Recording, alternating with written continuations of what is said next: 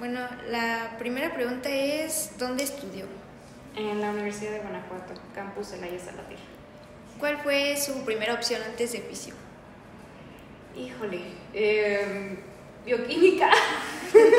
Ingeniería bioquímica. ¿Le gusta su área de trabajo? La verdad es que sí, bastante. ¿A esta altura le gustaría estudiar otra cosa? Bioquímica. Bioquímica. ¿Qué tan difícil es llegar a ser fisio? Ahora sí que depende, porque en lo personal para mí no fue tan difícil, pero es dependiendo de las aptitudes que tengas para el área. Por ejemplo, tenía compañeros que no toleraban ciertas cosas o no se les simplificaban ciertas cosas, y ya también a partir de eso pues puedes agarrando como tu ramificación del fisio, pero no le quito el nivel de complejidad, es complejo, pero si de verdad te gusta no se te debería de ser difícil. ¿Solo se dedica a ser fisio? Sí. ¿Cómo fue que llegó a su maestría? La vida me fue orillando, porque yo, igual como ustedes en la carrera, me mandaron a todas las áreas. Y ahí fui descartando que sí, que no. Y ya cuando hice mi servicio social, obviamente elegí uno que iba como a mi enfoque, entonces hice trauma, ortopedia y neuro. Y ya cuando vi más de neuro me enfoqué solamente nada más en los de traumatología, entonces fue como por lo que me iba gustando hacer. Entonces es sobre la marcha que uno va aprendiendo lo que nos gusta y que no nos gusta.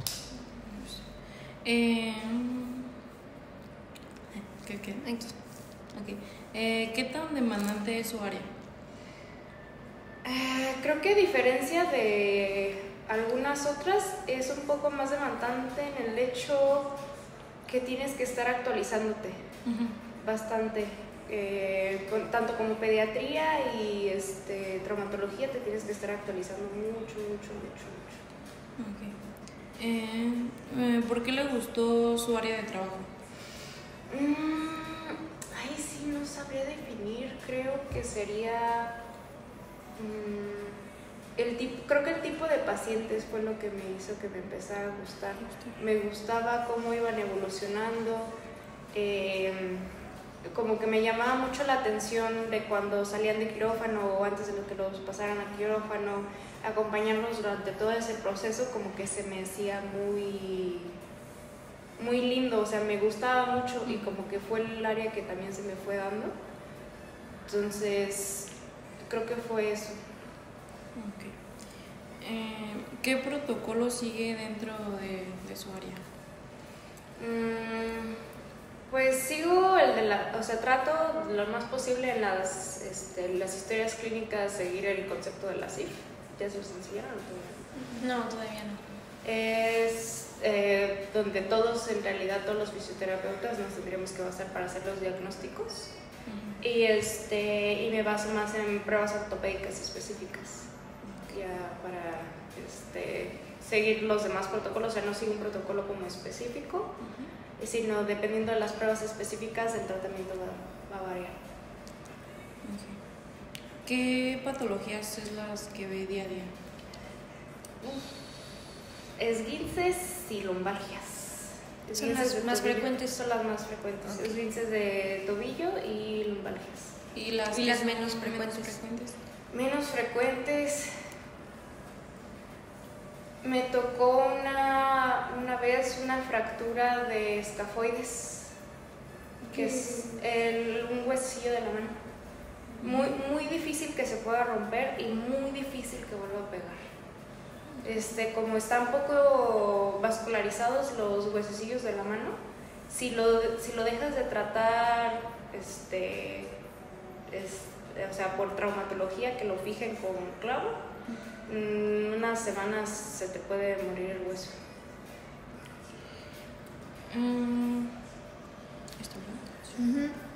¿Ha sufrido síndrome de burnout? Exacto. No, la verdad es que no no he llegado a ese punto, pero sí trato de llevármela conscientemente de mi trabajo. O sea, no dejo que me absorba para nada. Trato de hacer otras cosas, hago ejercicios, algo para que mi mente no se me acabe en solamente trabajar. ¿Cuánto tiene en el ámbito laboral? 4 años. ¿Cuántas personas atiende en un día? Varía mucho. Ahorita como yo trabajaba en Querétaro, me acabo de regresar, soy de aquí.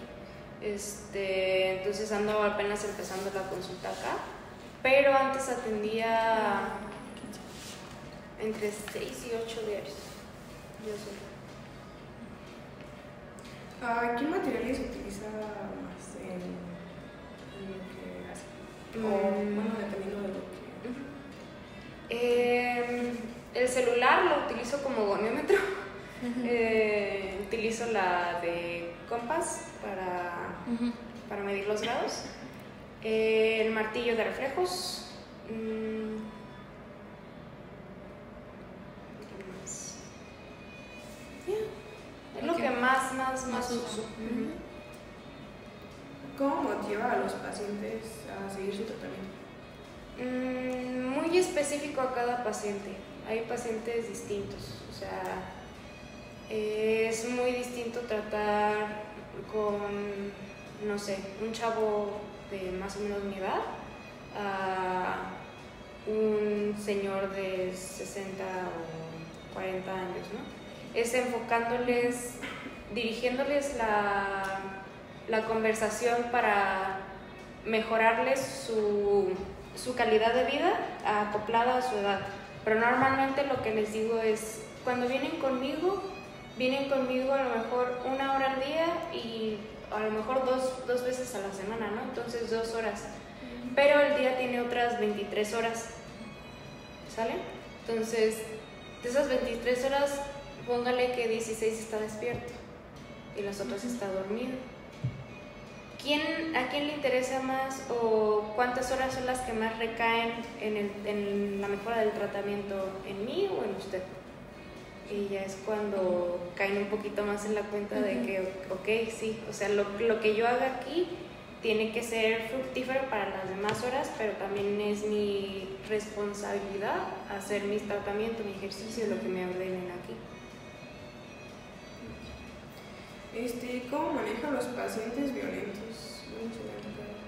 No me ha tocado, gracias a Dios. O sea, me ha tocado una que otra señora que se pone medio altanera y solamente en una ocasión tuve que correr a una, pero porque ya nos estaba faltando mucho al respeto y entonces decidimos en la clínica que mejor retirarla, pero nunca me ha tocado ninguno violento.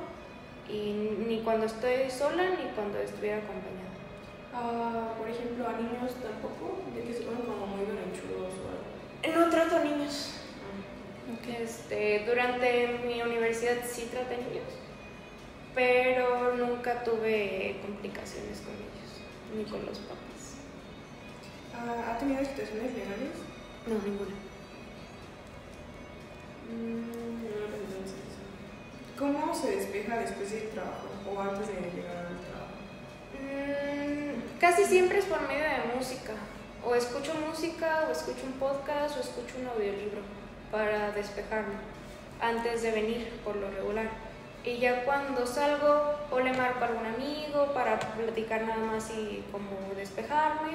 O ya cuando esté en mi casa, pues con mi perrita y así la saco a pasear, o me quedo ahí con ella, veo tele.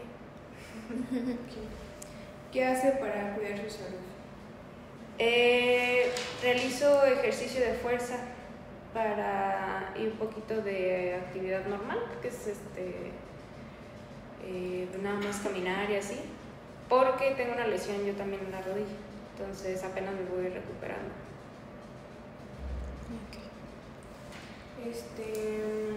En lo largo de la carrera y tanto ahorita, ¿se le complicó como la vida social para enfocarse en sus estudios? No, desde la preparatoria tuve un buen equilibrio entre la una y la otra. siempre me ha gustado mucho la escuela, pero también me considero como una persona muy social, entonces sí, para mí tenía que haber un balance entre una y la otra, porque si no que sentía que perdía ambas. Y pues ya por último sería como más una plática de pues, qué nos aconseja o qué nos dirá, haz esto, no hagas esto en tal semestre, no sé, al final de tu carrera. Okay. O algo. Bueno, lo bueno es que ya no les tocó la pandemia, entonces Sí. Pero mi sugerencia, lo que siempre le digo, si piensan trabajar alguna de ustedes con niños, y a lo que le digo también a mis compañeros es siempre tengan todos sus papeles en forma. Apréndanse qué normas de la norma oficial mexicana tienen que tener en orden, tanto como sus historias clínicas, sus notas de evolución, sus consentimientos informados, para que si el día de mañana que ustedes llegaran a trabajar en el lugar donde vayan a trabajar, ya sea que tengan un consultorio propio, ya sea que vayan a trabajar para alguien o trabajar en alguna institución, y se llegaran a encontrar con un problema legal, ustedes tengan con qué respaldarse. Ok. Otro, si ustedes están o ven en una situación que puede exponerse a ustedes son niños, nosotros somos niñas, o sea, nosotros nos exponemos más que los varones. Entonces, si ustedes ven que están en una situación con un paciente que se puede propasar, que les puede exponer o que ponga de alguna manera en peligro su integridad, extráiganse de esta situación de la manera más rápida y más efectiva posible. Si están trabajando para alguien, notifíquenlo para que esa persona lo extraiga. Si ustedes están trabajando solas, en ese momento corten la terapia, retiren al paciente. Es mejor perder a un paciente malo que a ustedes les llegue a pasar algo. Ustedes como niños.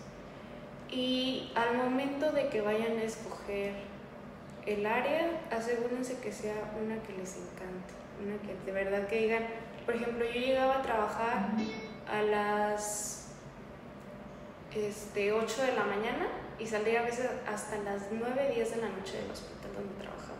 Y yo no lo sentía, pero porque me encantaba mi trabajo. O sea, encuentren un área donde puedan trabajar, donde no sientan que están trabajando.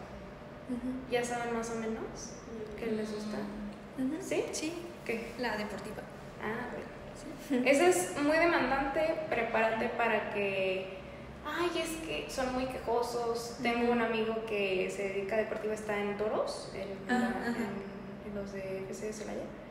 Y sí, o sea, son muy demandantes de que ya te quieren todo para la de ayer. Sí. Y a veces no hacen caso a tus indicaciones. Pero hay que saberles vender la idea para que te hagan caso, nada más. Todavía no sé. ¿No? Aún no sé. ¿Sí conoces algunas áreas o...? Más o menos. Como que me llama la atención neurología. Pero pues aún en sí no sé. A mí me llamaba la atención. Una de ellas era neurología, pero en cuanto estaba en la carrera dije, mejor no. Es muy compleja. Los pacientes a veces es muy difícil que tengan la evolución que tú esperas. Por ejemplo, Parkinson's o EBCs son muy variables de los tratamientos. O sea, si te gusta, o sea, ten en cuenta de que no vas a tener que perder la fe y vas a tener que seguir y seguir y seguir y seguir y seguir. Son tratamientos largos los tratamientos neurológicos en la gran mayoría de las patologías. También entra mucho lo que es como ser fría, ¿no? Lo que es ser fría. Sí, pero fíjate que yo llegué a trabajar con una persona que, o sea, con un fisio que consideraban que era frío. Él es muy bueno en lo que hace, excelente en lo que hace. Pero muy pocos pacientes, nosotros no somos médicos, somos distintos a los médicos, en el sentido de que con nosotros van más frecuente o esperan que nosotros los aliviemos de un dolor que ya tienen de mucho tiempo. Entonces, la frecuencia o la calidez con la que abracen a sus pacientes, ellos lo van a sentir. No les voy a decir que conviertan a todos sus pacientes a sus amigos, claro que no, pero sí hay que tratarlos con cierta calidez, pero con una distancia y un respeto hacia ustedes. Por ejemplo, yo a todos, la edad que tengan, bueno, por lo regular si son de mi edad o menores, les hablo de tú. Si son, aunque sea un año mayor que yo, les hablo de usted, porque tanto ellos me tienen que aprender a respetar como yo los tengo que respetar. Entonces, siempre es manteniendo el profesionalismo, pero tampoco mantenerte distante, porque ahí sí es como de, pienso que ninguna de ustedes se sentiría a gusto llegando a un lugar y que fuera así como, pues sí, pásate y súbete y así. O sea, que te hablen como muy, a nadie le gusta. Entonces, es simplemente poniendo límites y distancia a ciertas conductas que pueden malinterpretarse y cuidar mucho el lenguaje, la manera en cómo te diriges. Por ejemplo, cuando escogió su área y que estaba, bueno, antes de escogerle que estaba en el hospital, ¿qué fue como lo que más ella hacía o lo que hizo tanto que fue la que lo llevó a decidir a lo que quería enfocarse? Ver mucho postoperatorio. Me tocó ver mucho postoperatorio de fracturas de tobillo,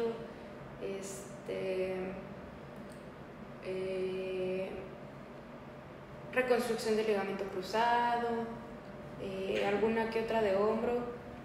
Hubo un tiempo que recibíamos con mucho de rodilla, otro tiempo mucho de hombro, otro tiempo mucho de tobillo, pero como que ver esa frecuencia, y algo me da a mí el posquirúrgico que me encanta, porque ahí es donde siento que es la ventana de oportunidad para que el paciente realmente mejore o se pueda quedar estancado. Esa ventanita de las primeras 2 semanitas después de que lo operan son muy decisivas para el paciente. Entonces, como yo veía eso, digo, es que este es el momento, y digo, si se pone de acuerdo con el traumatólogo, que era lo que nosotros hacíamos, y nos lo mandaban pronto, tenían unos resultados padrísimos. Entonces yo decía, wow, o sea, si sí lo atiendes bien y lo atiendes con el tiempo que se tiene que dar, se te puede dar un muy buen resultado sin que haya tanto tema. Entonces dije, yo en mi complejo de Mesías voy a salvar a todos los pacientes de ese mal destino, ¿no? Porque nos llegó a tocar varios casos postoperatorios, pero que luego los traumatólogos o no están actualizados o son muy necios, y nos tocó varios que, híjole, tenían meses inmovilizados, pérdida de masa muscular, obviamente mucho dolor, artrosis, fibrosis. Entonces era como, esto se pudo prevenir. Esto se pudo prevenir si solamente se hubiera movilizado, si se hubiera venido tratamiento, esto, lo otro.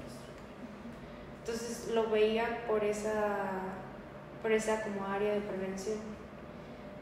Y ya en la práctica con mis pacientes les he inculcado mucho también el ejercicio, y ya también como paciente pues me tocó verlo y hacerlo, ¿no? O sea, realmente sí los agentes físicos sirven para reducir el dolor en ciertas ocasiones, pero en ciertas ocasiones también es mucho más benéfico el ejercicio, más que otra cosa.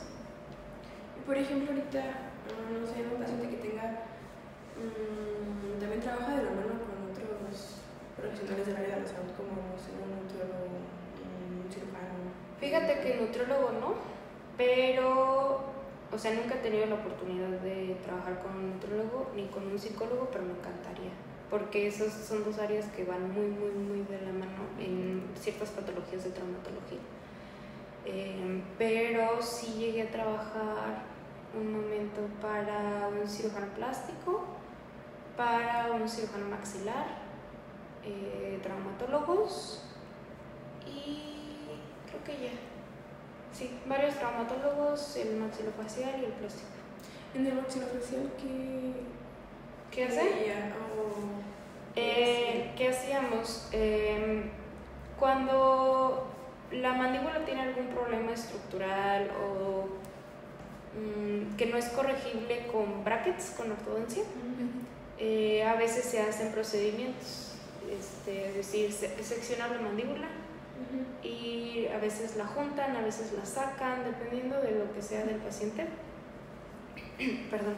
Y pues eso lo hacen quirúrgicamente. Entonces, también en algunas ocasiones, cuando hay ese tipo de procedimientos, como es un área muy pequeña a trabajar y son muchos nervios del facial de las ramitas del facial que irradian aquí, pues en algunas ocasiones o se llevan a segmentar o nada más los molestan a los nervicitos que están por ahí. Y obviamente por el proceso que sufre del trauma de haber entrado, de que movieron y que esto y que aquello, obviamente terminas así como Alvin y las ardillas, así inflamado y con un montón de dolor, lleno de moretones, hay veces que no, pero pues inflamados casi siempre. Entonces están, normalmente cuando son esas cirugías ortognéticas se llaman, de corrección, los tienen sin hablar y sin comer. Comen líquido durante unos días. Entonces es para no perder la movilidad de la mandíbula, ayudar a reducir la inflamación que se puede encontrar en las zonas, mejorar la sensibilidad. Creo que no he visto ningún paciente que se haya sometido a esta cirugía que no haya salido con un problema de sensibilidad. Entonces siempre es como de, es que ya no siento aquí, o sea, sé que mi dedo está aquí, pero no lo siento, y así, ¿no? Y ya posterior a que pasa como el cuadro inflamatorio más agudo, es ir progresivo a aumentar un poco el ángulo de la boca. Ya cuando el cirujano nos dijo, nos da luz verde de que podemos movilizar, ok, movilizamos. Obviamente toda la musculatura, por el tiempo que estuvo retraída la boca, está contracturada, está débil o está dolorida. Entonces es trabajar toda esa zona, la lengua, los cachetes, desde el cuello también, para ayudar a la amplitud de la boca. Entonces, lo que me acuerdo de una paciente muy en específico que me decía, es que Tere, yo quiero volver a comer una hamburguesa. Y es que veo la hamburguesa y no lo logro. Y se la tengo que partir o mi mamá me la parte y así como que me que no pueda. Entonces, ese tipo de objetivos, ¿no? Que digo, ok, entonces le decía, para el final de tus 10 sesiones, objetivo es la hamburguesa. Y se inspiraba. Ajá. Era como, bueno, va. Y entonces le decía, ok, y lo mismo, le decía, tú vienes aquí conmigo 1 hora, pero yo necesito que en tu casa hagas esto. Y ya regresaba a las siguientes sesiones y yo obviamente te das cuenta qué pacientes sí han seguido tus instrucciones y qué pacientes no. Entonces ella sí hacía muy bien su tarea y sí logró su hamburguesa. Antes de las 10 sesiones sí logró su hamburguesa. Llegó bien emocionada y me dice, ¿qué crees? Y yo, ¿qué pasó? Y yo, ¿qué? Me tengo que asustar o me tengo que alegrar. Y me dice, ya pude con la hamburguesa ayer. Y yo, sí,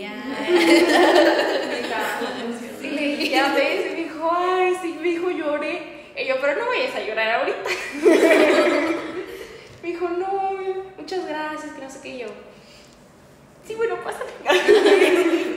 Sigamos. Y le dije, no, ya ves que sí se podía. Sí.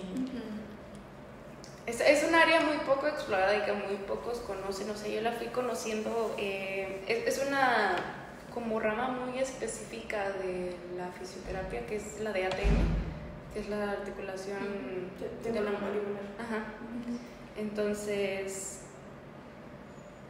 es un área que ustedes también, pues, si les gusta, es sencilla y muy poco conocida y con mucho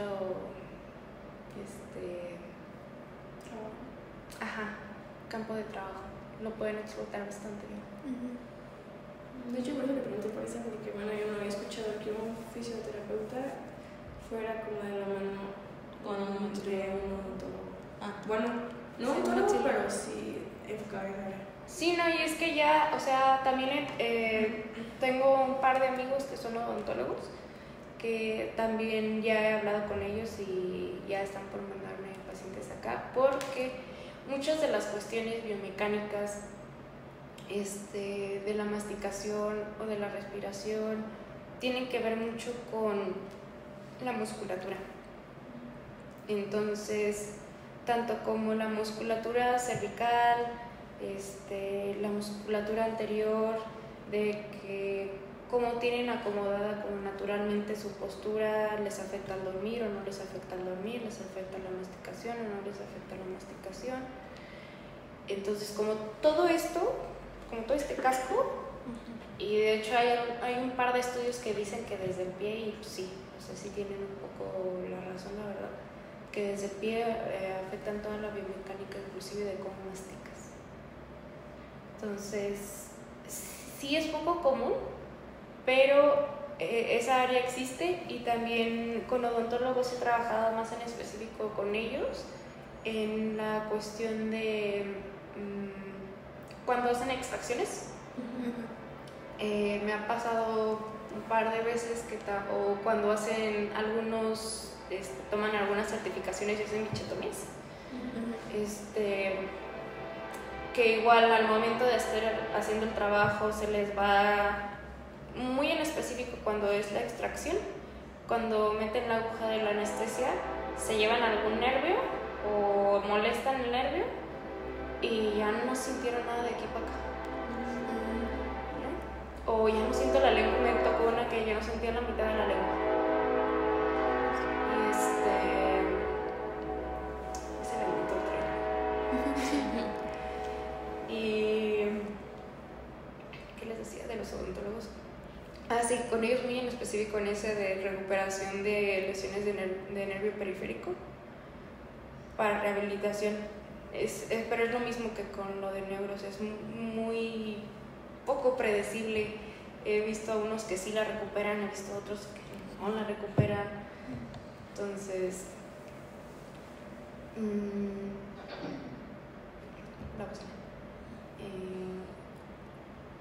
se pueden hacer aliados con muchos profesionales, solamente hay que empezar a tocar puertas, ustedes estudiar. Claro, o sea, si se van a dedicar a lo que sea, si nada más se van a dedicar a mano, estudienlo la mano. ¿Qué biomecánica del hombro afecta a la mano? ¿Qué biomecánica del dorso? ¿Qué biomecánica de las cervicales afecta a la mano? Todo eso para saber, o sea, ya cuando vas sobre la marcha se hace un poquito más en automático, pero al principio sí lo tienes que estar pensando mucho. Así como, ¿qué movimientos estoy haciendo para que me esté resultando en este dolor, ¿no? O en esta patología, o en esta malformación, o lo que sea, ¿no? Entonces, si estudien, no lo dejen a la de simple. Sí. ¿Qué otra duda tienen, chicas? Pues yo ya. Pues sí, ya. Creo que sería todo. Sí, sería todo. Sí. ¿Y a ustedes qué las inclinó a estudiar fisioterapia? La pregunta del millón. A mí, mi abuelito. Mi abuelito, o sea, pues ya está grande, ¿no? Pero sigue trabajando. Entonces, él, pues, en su tiempo, hubo como que personas, él por buscar el trabajo de pues, mantener a mi abuela y a mi papá, por ejemplo, encontró a alguien que lo orilló a la terapia física. Entonces, pues vio que le gustó y fue bueno y le echó ganas y demás. Y pues trabajó en eso, de hecho todavía pues, sigue trabajando y demás. Y la verdad sí es bueno. Entonces, como soy la nieta mayor, siempre fue de que, es que quiero que alguien estudie fisioterapia para que sea como yo. Y pues yo antes estaba en odontología y me salí. Y ¿No te gustó? Me gustó, pero sentía que no podía con ella. Sí, es que esto de andar oliendo bocas todo el día como que... Pues estaba muy fuerte unas cosas que pues sí alcancé a ver antes de salirme. Entonces, por ejemplo, ahorita pues acabo de entrar y ya cuando le di como la noticia fue de que, ay, mi nieta consentida. Hizo la fiesta. Sí. Qué bueno. Eso es un área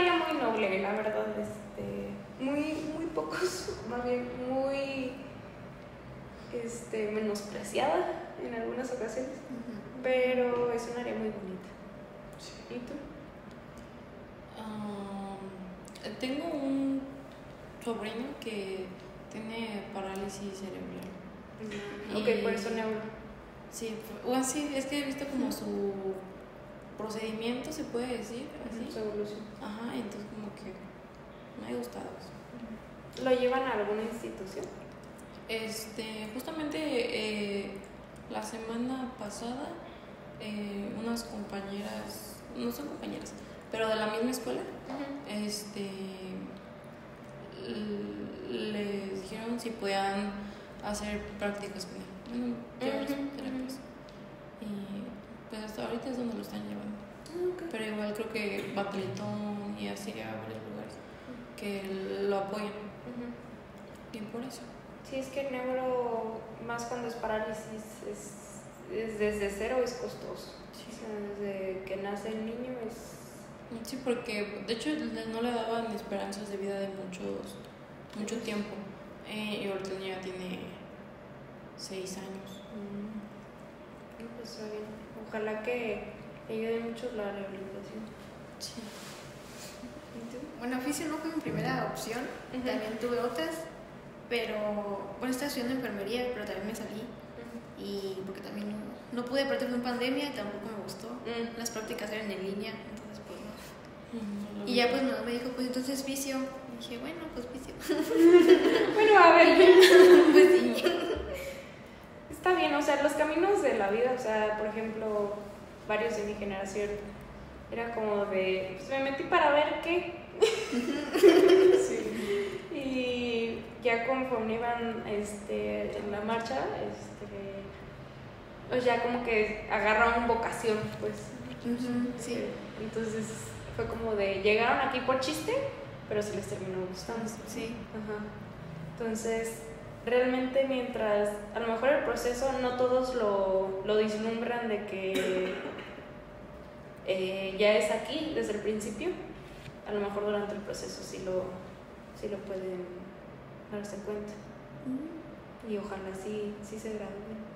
Sí. Todavía les falta mucho. Sí, bastante.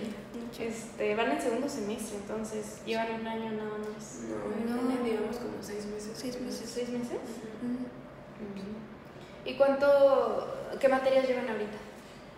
Llevamos inmunología, microbiología, fisiología del movimiento, metodología de la investigación, goniometría y ya.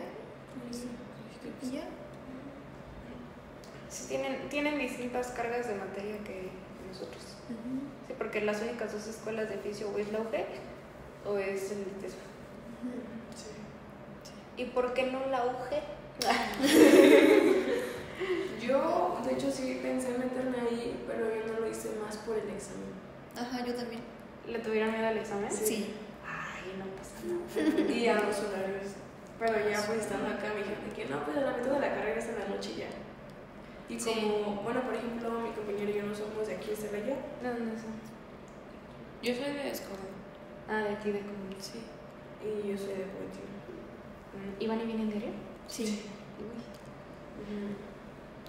Entonces, por ejemplo, mitad de año, pues es ahorita el horario que tenemos en la mañana, y mitad de los otros 2 años es en la tarde. En la mañana creo que son prácticas y después escuela. En la noche son las clases.